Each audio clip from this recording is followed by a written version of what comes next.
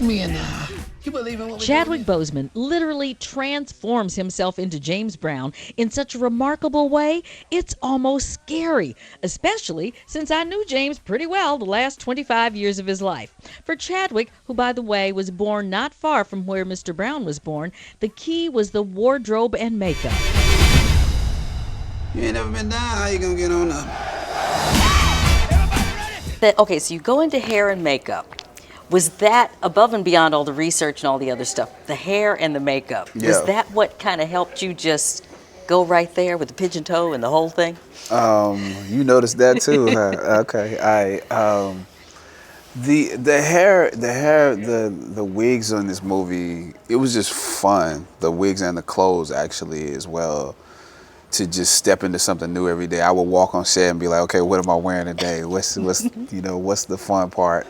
The hard part is dancing in them because Neil Son. Just the funny thing about Neil Son is Neil Son would sweat his wig out almost every day, and we would laugh. That? We would laugh about that, man. We would laugh about him.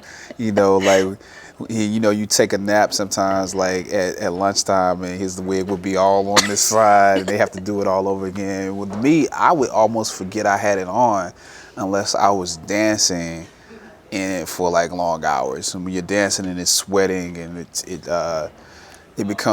can become uncomfortable. But otherwise, like for me, I think I was just so into it. It's like, oh yeah, I got to take this off. But Kind of enjoyed that. Yeah, huh? no, the one from Vietnam actually, I was like, I might get my hair like this, like for real. For real.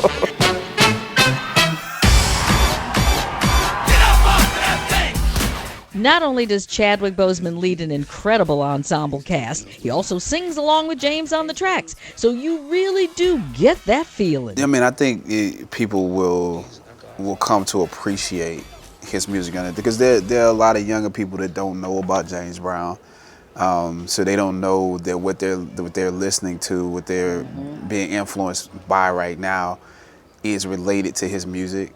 So hopefully, there will be a rebirth of that, and people, will appreciate him, for what he gave us, In terms of what he gave us as a black man in America, for him and for you, what is the significance of his life after you had the privilege now of playing it? What did he really do for this country that we probably didn't realize?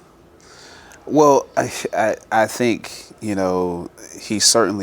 brought a sense of pride to I'm black and I'm proud, and don't be a dropout, and I don't want nobody to give me nothing. Just open up the door, I get it myself. Like all those different, those songs which were social and political, they taught us something about ourselves. And I think what happened is that same spirit was put into the beginnings of hip hop as well.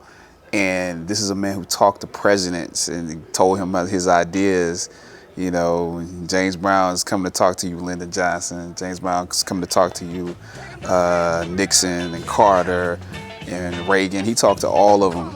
He had effects in ways that we're not even aware of because of the people he was able to reach, because of his music and because of his ideas. My gut tells me we will see Chadwick Boseman at the Oscars this year for his incredible performance in Get On Up, the James Brown Story. For AURN.com, I'm Tanya Hart in New York at the Apollo Theater. American Urban Radio Networks is Urban America's radio leader.